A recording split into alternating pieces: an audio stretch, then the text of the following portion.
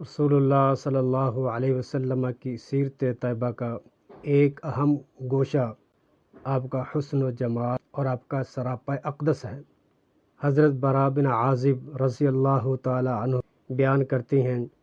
کان رسول اللہ صلی اللہ علیہ وسلم احسن الناس وجہا و احسنہم خلقا،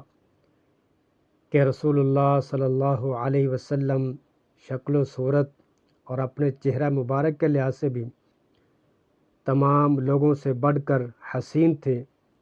و احسنہم خلقا، اور دیگر تمام اعضائے جسم اور اپنی تخلیق میں تمام نوع انسانی سے بڑھ کر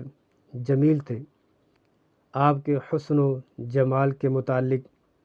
حضرت حسان بن ثابت رضی اللہ تعالی عنہ کے معروف اشعار ہیں، وَأَحْسَنَ مِنْكَ لَمْ تَرَ قَطُّ عَيْنِي وَأَجْمَلَ مِنْكَ لَمْ تَلِدِ النِّسَاءُ خُلِقْتَ مُبَرَّأً مِنْ كُلِّ عَيْبٍ كَأَنَّكَ قَدْ خُلِقْتَ كَمَا تَشَاءُ، تجھ سے حسین آنکھ نے دیکھا نہیں کبھی، تجھ سے جمیل ماؤں نے اب تک نہیں جنا، ہر عیب سے بری تجھے پیدا کیا گیا، گویا تو جیسے چاہتا تھا ویسے ہی بنا۔